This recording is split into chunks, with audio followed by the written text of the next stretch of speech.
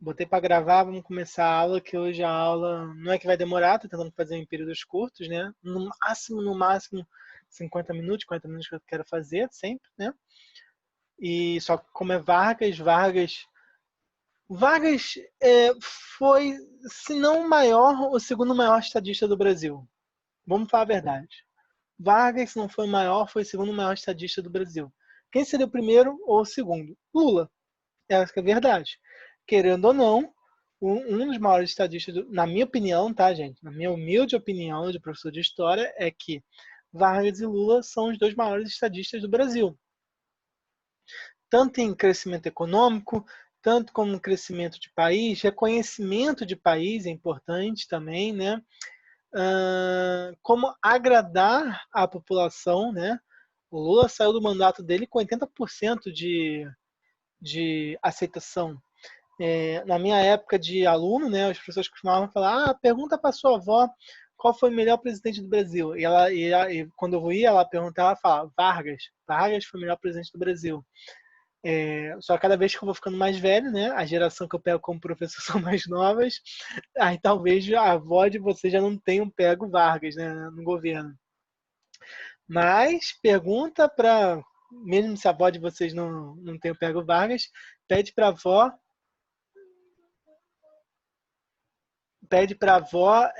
perguntar, ver se lembra do que a mãe dizia, né? Ela fala: Vargas foi o melhor presidente do Brasil. E realmente, Vargas era adorado pela população, né? Adorado. E tem seus motivos, que a gente vai chegar agora, tá? Primeiro, como eu falei, ele vai. Só fazendo uma recapitulação da aula passada, já que foi meio bosta, né? O Vargas ele chega no poder como? Ele chega no poder por um golpe, a Revolução de 30, correto? Esse golpe é dado porque na disputa eleitoral, né, o Washington Luiz devia indicar um mineiro, ele não indica um mineiro, ele indica um paulista, e nessa indicação, né, São Paulo acaba ganhando e, consequentemente, desculpa, nessa indicação, São Paulo e Minas rompem, né, politicamente. Minas apoia, junto com o Sul, o Rio de Janeiro e outras províncias com um certo poder promovem Getúlio Vargas para a presidência. Vargas perde. Quem ganha são os paulistas, com Júlio Prestes.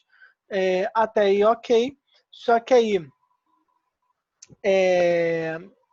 há uma tentativa, né, de fazer uma degola e, consequentemente, o Júlio Prestes eleito queria botar para dentro da Câmara dos Deputados, para o Poder Legislativo, aquele que é da base para ele, né, porque nenhum governo, nenhum executivo funciona sem o Legislativo, tenham isso em mente. Se vocês tiverem dúvida do porquê, botem aí no chat que eu vou explicar, mas é uma coisa bem tranquila de perceber. Enfim, aí Júlio Prestes dando a degola e botando só deputados no legislativo que lhe interessavam, fez estourar a Revolução de 30, com Vargas derrubando o governo, derrubando Washington Luiz. Washington Luiz saiu preso do Palácio Guanabara, tá? Para quem não sabe, só por questão de curiosidade, né? O atual Museu da República, que é um dos museus que eu mais gosto no Rio de Janeiro, é o que eu mais gosto, na verdade. Ele era a antiga sede do governo federal, né? Hoje, Museu da República. Eu gosto bastante de lá, acho bem bonito, acho bem feito, etc. Mas enfim, a questão é que Vargas chega ao poder derrubando o Washington Luiz, beleza? Quando Vargas entra, a primeira coisa que ele faz é criar um chamado estado de compromisso. O que acontece? O Vargas ele não foi eleito. O Vargas ele é um usurpador de poder, correto? Ele literalmente deu um golpe. Golpe, revolução, movimento.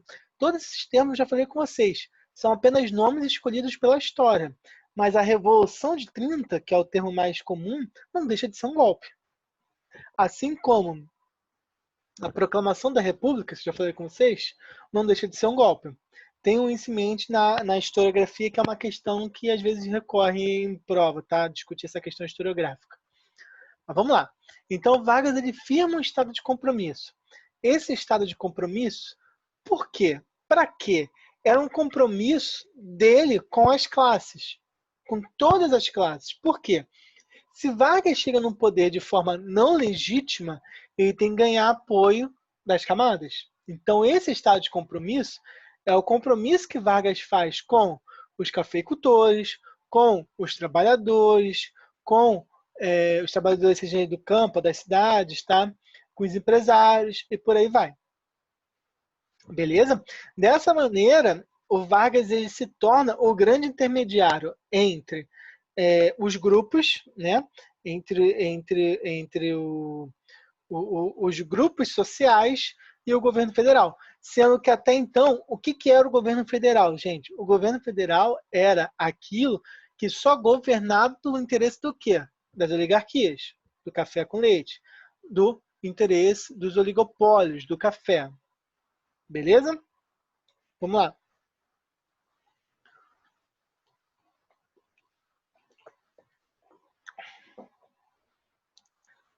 E o que é o trabalhismo? Nessa ideia de estado de compromisso, surge a palavra trabalhismo.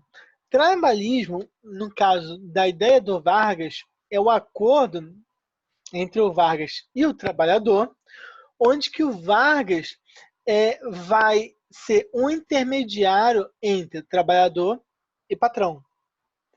Qual é o nome disso? Gravem isso para a mente de vocês, tá? Fala aí, galerinha que tá entrando agora, tá? Vamos lá, continuando. Qualquer coisa eu vou postar no YouTube, ela passada eu não postei, mas eu vou postar até amanhã e vou botar as questões até amanhã, tá? Desculpa, tá? E como eu falei, minha vida tá meio corrida, mas vamos lá. Pelo incrível que pareça, corona deixou minha vida corrida, mas enfim, vamos lá. Então, trabalhismo, tá. Corporativismo. O que é o corporativismo? Preste atenção para a vida de vocês. Isso é importante não só para a gente entender a matéria atual, mas entender coisas que ocorrem no mundo, coisas que ocorrem no nosso país. O corporativismo, essa palavra, é quando algo faz parte do corpo do Estado. Então, o trabalhismo, a ideia do trabalhador, do Estado varguista, era o quê? Era o trabalhador fazer parte do Estado brasileiro. Então, Vargas, o trabalhismo varguista, nada mais é do que esse corporativismo, né? Essa incorporação dos trabalhadores no Estado, e o Estado, pela figura do presidente da República, que no caso é Getúlio Vargas, fazia o intermédio com os patrões. Então, isso vai enfraquecer quem? Os sindicatos. Que ainda eram fracos. Lembra que as primeiras organizações sindicais vão surgir quando os imigrantes vêm para o Brasil numa busca de melhores vidas, etc., blá, blá, blá, e numa busca entre o governo brasileiro industrializar o país, né? nesse meio aí de café com leite. Beleza? Então, corporativismo, trabalhismo varguista,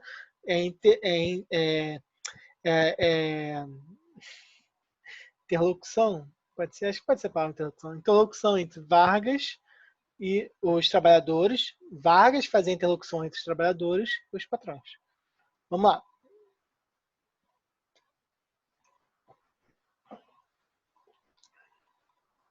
Vamos lá. Aspectos políticos. O Vargas, quando assume, ele precisa fazer o quê, gente? Eu já falei isso para vocês, isso é dica de prova. Sempre que você tem uma mudança brusca no estilo de governo, você tem que ter o quê? Uma nova Constituição, ou pelo menos cancelar a anterior, por um motivo simples. A Constituição é a Carta Magna, é o que diz como que aquele país existe, sobre que maneiras aquele país existe, correto? Então imagina, o Vargas ele chega no poder de forma não eleitoral, de forma de não participando de uma eleição, mas perdendo uma eleição, Vargas vai lá e usurpa o poder. Então, porra, tem algo errado. Se o Vargas não foi de maneira como a Constituição dizia que era através de voto da população, então o Vargas não está de acordo com a Constituição. Se ele não está de acordo com a Constituição, o que ele faz? ele cancela a Constituição de 91 e começa, né, cancelando a Constituição de 1891. Lembrando que a Constituição de 1891 é a primeira Constituição no Brasil República, tá? Promulgada, lembra a diferença? Outorgada, imposta, promulgada, uma Constituição votada, beleza? Então vamos lá, Constituição de 1891 e começa a controlar o Estado brasileiro a partir de decretos-leis. O que é decreto-lei, gente? É o presidente faz o que ele quer. Ele vai lá, assina um decreto, pá, é isso. Beleza? Simplesão. Fiz merda. Bom, assim. E o Vargas também, na questão política, ele nomeia interventores para os Estados-membros. Ou seja, o Vargas ele nomeou governadores para assumir o local dos governadores que até então foram eleitos. Por que Vargas faz isso? Por uma ideia muito simples, tá, gente? Que é o seguinte, os governadores foram eleitos na lógica do café com leite. Então, Vargas precisa enfraquecer esses governadores, essas elites regionais, né, para poder permanecer no poder de forma tranquila, vamos dizer assim. Tá ok? Economia e sociedade, vamos lá. Como eu falei, o Vargas ele assume, né, num período muito conturbado, porque o mandato do Washington Luiz foi de 26 a 30. Antes de acabar o mandato, né, e começar as eleições, que o Vargas ia perder, ocorreu o quê? A crise de 29. Então, quando o Vargas assume, está numa grande crise econômica, o mundo e, quiçá, o Brasil, pessoal. O mundo e o Brasil estão numa grande crise econômica. Boa noite, Laís ou Laís? Desculpa, não vi. Só lembrando, gente, quem está chegando depois eu vou botar no YouTube, tá? Mas vamos lá. Gente, só lembrando, a minha aula começa 9 horas, assim, eu dou uma margem entre 9 e 9h10, porque até eu linkar, às vezes é uma 9, até eu criar a sala 9h05, 9h07, então fica até umas 9h10, tá? Então tenta entrar, assim, no máximo 9h10, que é o limite que eu espero. Vamos lá. Então, com a crise de 29, o Vargas precisava reerguer a economia brasileira, beleza? Para ele reerguer a economia brasileira, ele tem que reerguer a principal economia do Brasil. A principal economia do Brasil era o quê? O café. Apesar do Vargas retirar o café com leite, né, retirar a política das oligarquias, ainda assim o Vargas precisa atender essa galera. Isso faz parte do que, gente? Do compromisso varguista. Lembra que eu falei aquele pacto? Pacto de compromisso? Isso nada mais é do que um compromisso do Vargas com as elites agrícolas para poder fazer com que ele se mantenha no poder. E também para sustentar o país, né, que está em crise por causa da crise de 29. Então, Vargas cria um Conselho Nacional Agrícola, beleza? Esse Conselho Nacional Agrícola era para todas as questões agrícolas, mas ia dar destaque para o café, para recuperar a economia cafeeira, né? Deixa eu só ver aqui uma coisa. Alguém está falando da senha, tá errada. Ah, tá, já entrou, Laís. Vamos lá. Para recuperar a economia cafeeira, né? E como é que ia ser feito isso? Compra do excedente do café, né? E queima do excedente do café. Para quê? Para valorizar o produto. Eu não sei se vocês estão habituados a entender, familiarizados a entender essa ideia de crise 29, que o quê? E de crises econômicas geradas, né, por superprodução, que a ideia é o seguinte: se eu tenho alto estoque de uma coisa, se eu tenho alta demanda, se eu tenho alta oferta e a procura lá embaixo, o que eu tenho que fazer? Baixar os preços, correto? Se está num período de crise, as pessoas não têm dinheiro para comprar. O que vai acontecer? Vai aumentar os estoques, porque as pessoas não têm dinheiro para comprar o café, correto? Nacionalmente e principalmente internacionalmente. Logo, o preço do café vai cair. Só que qual é o problema do preço do café cair? Há um custo para produzir esse café. Logo, os fazendeiros não têm lucro. Se os fazendeiros não têm lucro, logo eles vão falir, vão demitir gente, aí começa a roda girar, a terra quadrada capotar, terra plana capotar e por aí vai. Então, você precisa fazer com que esses preços caiam para o cara ter um lucro novamente e, consequentemente, fazer a roda girar. Beleza? Qualquer coisa, gente, pergunta aí, tá? Se eu não entender, tá? Então, política de valorização do café, compra do café, do estoque excedente do café dos fazendeiros e queima para poder valorizar o produto. Beleza? Criação do Ministério do Trabalho, Indústria e Comércio. Olha só, até então, a gente está falando de 1930, até então não tinha um Ministério do Trabalho. Não tinha.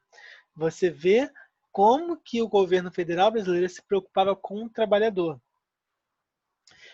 E esse Ministério do Trabalho ele vai ser responsável por criar várias leis trabalhistas, que depois vão ser consolidadas, chamada CLT. O que é a CLT? Carteira de Trabalho? É, mas o CLT, o nome é Consolidação das Leis Trabalhistas. CLT, beleza? Mas eu vou falar isso um pouquinho mais à frente para fechar bonitinho essa parte do trabalhismo, tá? Das questões das leis trabalhistas, tá? Mas a ideia é que o Vargas, para recuperar a economia, ele cria o Ministério do Trabalho e da Indústria e do Comércio. Por quê, gente? Por uma coisa muito simples. Se a minha economia está em queda, eu não tenho que guardar dinheiro. Isso é uma ideia, é uma política econômica que muitos trabalhistas, sociais-democráticos defendem, eu também acredito. Se você está em crise, você não deve se resguardar, você deve atacar. Você deve criar o quê? Trabalho. Porque se a pessoa ganha dinheiro, ela vai consumir. Se ela vai consumir, aquela pessoa que está vendendo para esse cara que está consumindo vai lucrar, vai precisar de mais trabalhadores, mais gente ganhando dinheiro e a roda girando. Entendeu? Seria bom se pudesse desenhar isso. Mas enfim, se vocês não entenderam, eu volto e tento explicar melhor. Além disso, cria o Ministério da Educação e Saúde, veja só, né? Que coisa curiosa, até então não tinha Ministério da Saúde. 1930 não tinha Ministério da Saúde. E, gente, até o governo Lula, a mortalidade infantil era absurda, tá? Até o governo Lula, eu não, quero, não é porque eu quero enaltecer o Lula, não, tá? Muito pelo contrário, mas a gente tem que reconhecer as coisas boas. Até o governo Lula existia uma coisa chamada biscoito de barro, tá? Se vocês não sabem, taca no Google aí. A pessoa não tinha o que comer, fazer biscoito de barro para as crianças comerem, tá? Isso no Nordeste, óbvio, né? Ah, professor, mas o Brasil tá uma merda. Tá uma merda. Se você for ali na linha de trem, tem gente morando em barraco de madeira. Mas assim, o que era antes era uma situação bem triste. Ah, assim, vamos lá, voltando aqui. Política econômica emissionista. O que é isso? Eu já falei com vocês em uma outra aula, tá? Emissionismo é você emitir papel moeda. Qual é a ideia aqui? A ideia é você aumentar a quantidade de dinheiro no país, em momentos de crise, para as pessoas gastarem dinheiro e fazer a economia girar. E nisso aqui, também trocar, tá? Faltou ali, vocês completem, trocar os produtos externos por produtos internos. Consequentemente, Vargas começa aqui, junto com o Ministério do Trabalho, Indústria e Comércio, a fazer o quê? Uma indústria. Então, é no governo Vargas que a gente vai ter, de fato, o primeiro investimento em indústrias. Beleza? Revolução Constitucionalista de 32.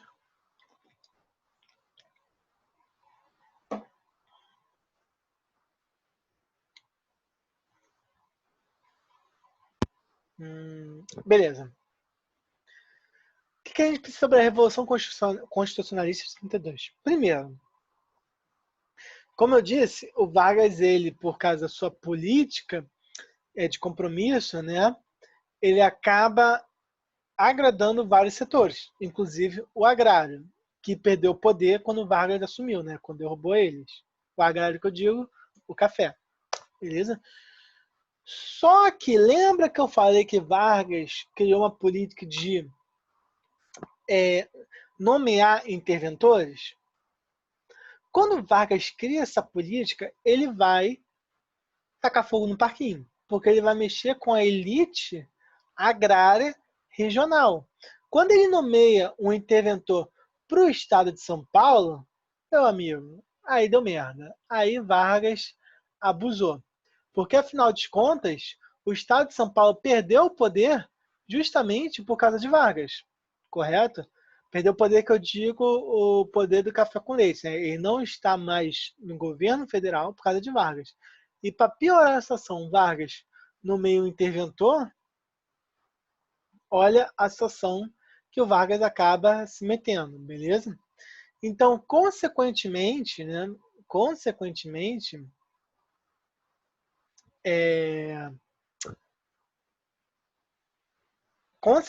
o governo de São Paulo ele começa a se manifestar contrário a Vargas, exigindo uma nova Constituição, beleza? O Vargas ele não vai aceitar essa nova Constituição, tá?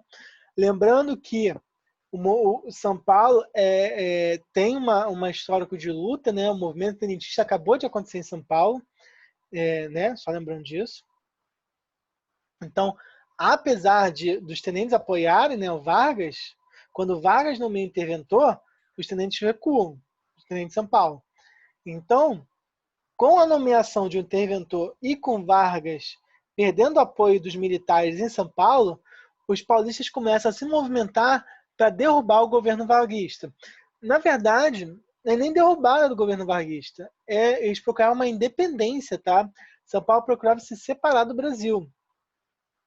Dois partidos importantes de São Paulo, que é o PRP e o PD, né, o Partido Democrata, né, o PRP, o Partido Republicano Paulista, se juntam para tentar derrubar o Vargas, a chamada Revolução Constitucionalista de 1932. Só que essa Revolução Constitucionalista previa talvez até se separar do Brasil. Beleza? Apesar de tudo, os mineiros e os gaúchos acabaram ficando do lado de Vargas, por quê? Né? A ideia do São Paulo era conseguir apoio das outras regiões para derrubar o Vargas. Beleza? Só que as outras regiões acabaram recuando. Por quê? Porque o Vargas prometeu novas eleições. Ele prometeu criação de uma nova Constituição e, consequentemente, novas eleições. Então, São Paulo acabou ficando isolado. Essa revolta é muito interessante porque a gente está falando de São Paulo, que é o principal economia brasileira, né? Desde aquele período, por causa do café, né? Então, quando Vargas, quando São Paulo entra nessa guerra, ela faz uma política de arrecadação. E o São Paulo ele começa a botar panfletos em vários lugares em São Paulo pedindo para as pessoas se alistarem nos militares que lutar contra o governo federal, pediam para dar dinheiro para poder sustentar a guerra. Então tem cartazes, se vocês procurarem no Google, dá uma googada aí para poder ver, tipo aquele ame ou deixe, não, ame ou deixe não, desculpa, estou confundindo com ditadura militar, mas tipo Estados Unidos, American needs for you, deve ser algo assim do tipo, que é tipo os Estados Unidos precisa de você, né, na época da Segunda Guerra Mundial, tinha em São Paulo, te falando, São Paulo precisa de você, doe, se aliste-se, coisa assim do tipo, né. Foi bem interessante, né. Mas como eu disse, as outras províncias não compram a briga de São Paulo fica isolado, né? e o Vargas consegue derrotar a Revolução Constitucionalista de 82. Porém, apesar da derrota, a Revolução consegue algum ganho, que é o quê? A elaboração de um novo código eleitoral e, consequentemente, uma nova Constituição, beleza? Esse novo código eleitoral, ou seja, gente, a Revolução de 32 ela falha, mas consegue mudanças, que é a criação de um novo código eleitoral e uma Constituição de 34, beleza? Esse código eleitoral, importantíssimo, determinava o quê? Voto secreto. Importantíssimo isso aqui. Se a Revolução de 30, que Vargas entra no poder, ocorre contra a política do café com leite, contra a política das oligarquias, era contra a política do quê? O voto de Cabresto. O voto de Cabresto é o que sustentava a política dos governadores, que sustentava a política do café com leite. Então, o voto secreto era essencial para esse novo governo. Então, Vargas, pelo seu novo código eleitoral, determina voto secreto, para acabar com o voto de Cabresto. Beleza? Segundo, importantíssimo para as mulheres, voto feminino. Até 32 a mulher não votava no Brasil. Ah, isso foi um ganho de um homem, Vargas que criou. É o caralho. O voto feminino ocorreu por quê? Porque tinha movimento feminista no Brasil. As mulheres lutavam aqui no Brasil por direitos iguais. Ainda não é um movimento feminista. A gente não pode chamar de movimento feminista, porque o movimento feminista propriamente dito, ele vai nascer na década de 60, beleza? O que a gente conhece. Mas é uma luta feminina. Por quê? Cada vez mais as mulheres estão indo para trabalhar, cada vez mais as mulheres estão participando da vida da sociedade. Logo, nada mais justo que as mulheres elegerem seus mandatários. Então, o voto feminino é uma luta, é uma ganho feminino. Não diminui esse ganho, tá? Porque aí vai ter um merda qualquer, tipo Sarah Winter, que vai falar que, não, até o que as mulheres conseguem são graças aos homens. Tem uma ideia dessa aí, desses movimentos retardados aí. É de falar, o que o negro conseguiu foi através dos brancos. Enfim. E voto classista. Isso aqui é importantíssimo. Por quê? Lembra que eu falei que o Vargas ele diminui o poder dos sindicatos, né, com um acordo com o trabalhismo? Aqui ele vai diminuir mais ainda. O que é o voto classista? As classes trabalhadoras teriam uma porcentagem, se não me engano era 20%, para poder eleger uma pessoa que eles quisessem. Beleza? Ou seja, 20% dos deputados da Câmara seriam eleitos pelas classes trabalhadoras. Isso faz com que ocorra o quê? Os sindicatos se tornem praticamente inúteis.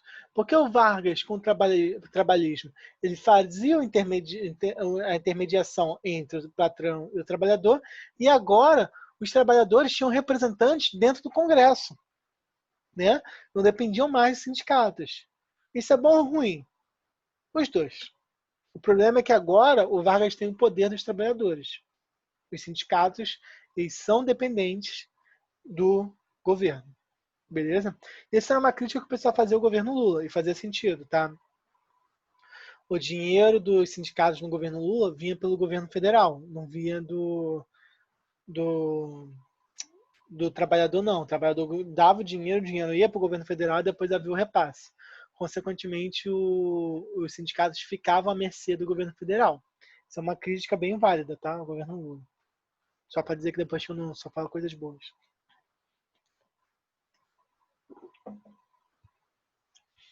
Então vamos lá. A Constituição de 34, né? Lembrando que Vargas, ele quando chega ao poder, ele destitui o poder do legislativo e coloca pessoas que lhe interessavam, né? E os trabalhadores tinham 20% dentro da Câmara para votar em quem eles quisessem. Lembrando, tá? Lembrando. Então a Constituição não foi elaborada, né? A Constituição de 34. É chamada o quê? Desculpa. É criada por quem? por uma comissão de notáveis, beleza?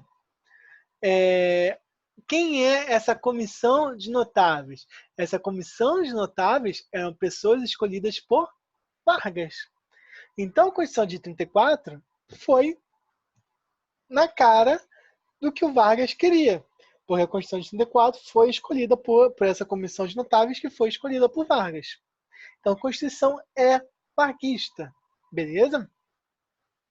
Características dessa Constituição: liberal, democrática e nacionalismo varguista. Beleza? Agora vamos falar coisas específicas dela. Primeiro, a Constituição de 34. Uma Constituição o quê, gente? Outorgada ou promulgada? Promulgada.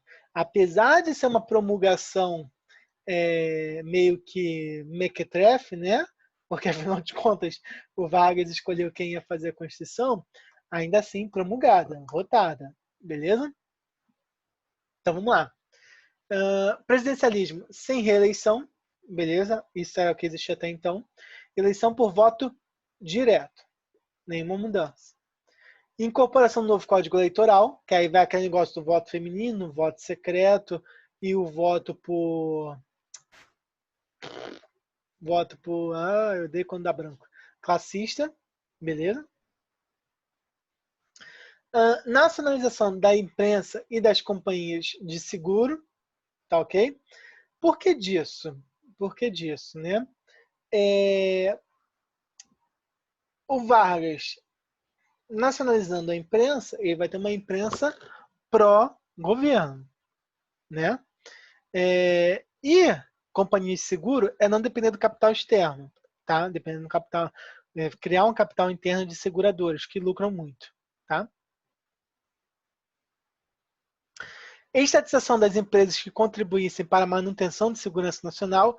Isso aqui é uma ideia bem interessante, tá? Eu, particularmente, sou totalmente a favor disso que Vargas criou, que é empresas importantes como petróleo, água, luz, serem nacionais. Serem nacionais, desculpa, nacionais óbvio, mas do Estado, estatizadas. O Estado tem controle sobre essas empresas. Beleza? Por um motivo muito simples. Uma empresa privada ter esse poder todo, imagina, a Light quer que o governo faça isso. O governo faz, a Light corta a luz de todo mundo. Imagina. Entendeu? Fora praticar preços justos, né? Vamos lá. Nacionalização gradativa dos bancos de depósito, obviamente, de dinheiro, né? A mesma ideia de você ter um capital interno, não depender só do capital externo. Por que disso, gente? Lembram? A bateria do computador está acabando. Deixa eu ver quanto tempo que tem aqui. Tá, acho que dá para acabar. Lembro que o governo Washington Luiz, ele entra em crise econômica por quê? Principalmente porque, além da crise de 29, que já era um efeito em cadeia, ainda assim nosso dinheiro estava todo investido no exterior, que era a maneira que o Washington Luiz criou para poder emitir papel moeda aqui. Então a ideia é criar uma segurança com capital aqui dentro do Brasil, beleza? E incorporação das medidas tomadas pelo Ministério do Trabalho, Indústria e Comércio, como? Aí assim, aquilo que eu queria falar, as leis trabalhistas criadas lá no início, né, pelo Ministério do Trabalho, e agora elas sendo colocadas na Constituição. Regulamentação de sindicatos plurais, tá? Ter sindicatos de várias organizações, importante, né? Que cada organização tem que ser representada. Do trabalho feminino e infantil, que até então podia ter trabalho infantil, por exemplo, sem nenhuma regulamentação, então crianças muito novas trabalhavam, beleza? Além da diminuição da jornada de trabalho para 8 horas, repouso semanal obrigatório, férias remuneradas, licença maternidade e indenização em caso de demissão. Ou seja, até a Constituição de 34 não tinha nada disso no governo. O Brasil não tinha licença maternidade, não tinha férias remuneradas. Então, quando a sua avó vai falar que Vargas foi o melhor presidente do Brasil, entenda, é isso. A sua avó provavelmente não era rica, não era fazendeira, então a sua avó trabalhadora, então ela trabalhou no governo Vargas, ela votou no governo Vargas e ainda por cima teve garantias como licença maternidade, repouso semanal, férias remuneradas, então a sua avó ainda usava Vargas. Vargas era o picão para ela. Se Vargas chamasse ela no cantinho, ela ia sem pensar duas vezes e largava seu avô. Essa é a ideia. Beleza?